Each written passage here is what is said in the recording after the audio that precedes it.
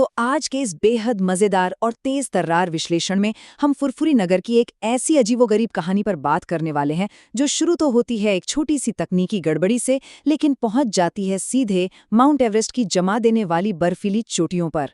मतलब सच में एक साधारण सी भूल कैसे इतने बड़े एडवेंचर में बदल सकती है, ये हम आज देखेंगे। डॉक्टर झटका के कबाड़खाने से लेकर दुनिया की सबसे ऊंची चोटी तक का ये सफर ना वाकई हैरान कर देने वाला है। तो चलिए बिना किसी देरी के इस कहानी की गहराइयों में उतरते हैं। अब जरा सोचिए, क्या हो अगर सिर्फ एक फोटो खींचने भर से पूरी की पूरी बिल्डिंग हवा में गायब होने लगे। अजीब है ना। तो ये पूरा रहस्य तब शुरू होता है जब मोटू और पतलू डॉक्टर झटका के कबाड़खाने की साफ सफाई कर रहे होते हैं।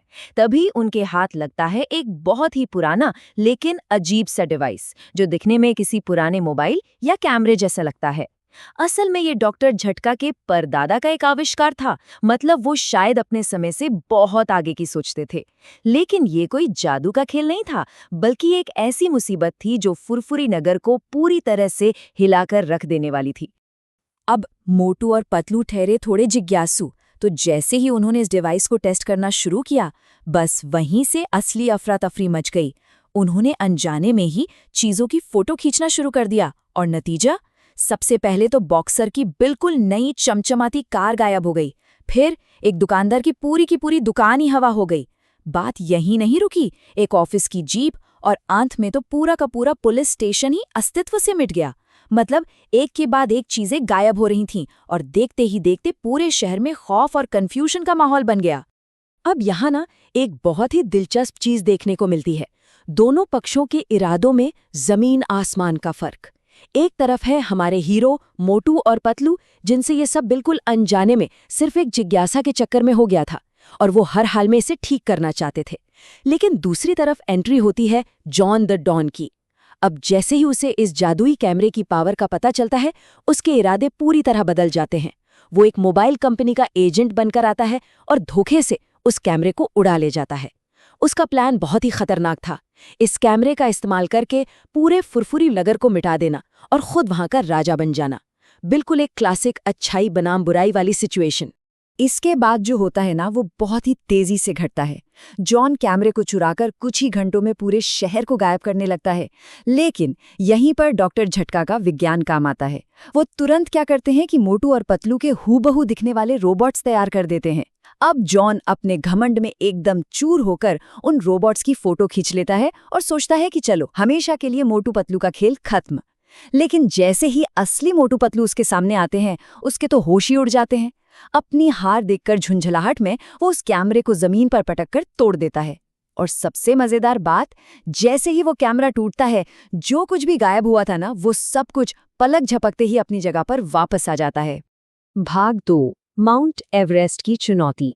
चलिए अब देखते हैं कि कैसे ये कहानी शहरी गैजेट्स की उलझनों से निकलकर अत्यधिक ऊंचाई की खतरनाक रेसिंग तक पहुंचती है।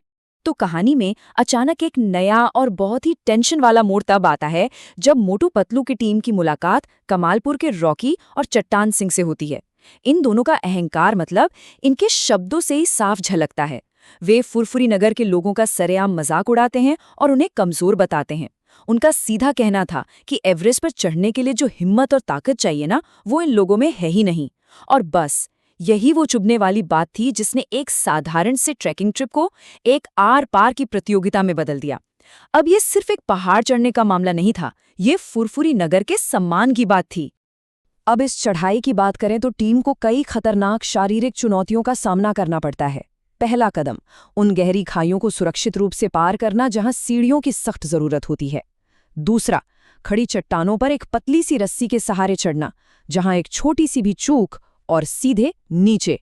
और तीसरा सबसे मुश्किल कदम था, उस जमा देने वाली ठंड और बर्फीले तूफानों के बीच एवरेस्ट के शिखर तक पहुंचना। सच कहूं तो ये सफर कोई बच्चों का खेल नहीं था। इसके लिए हर कदम पर चौकन्ना रहना और हालात के हिसाब से खुद को ढालना बहुत जरूरी था। लेकिन इस पूरे सफर का सबसे अहम हिस्सा ये है कि जब भी मुसीबत आई, टीम ने हार मानने के बजाय कुछ नया तरीका निकाला। अच्छा, कभी कभी मुसीबतें खुद की गलतियों से भी आ जाती हैं।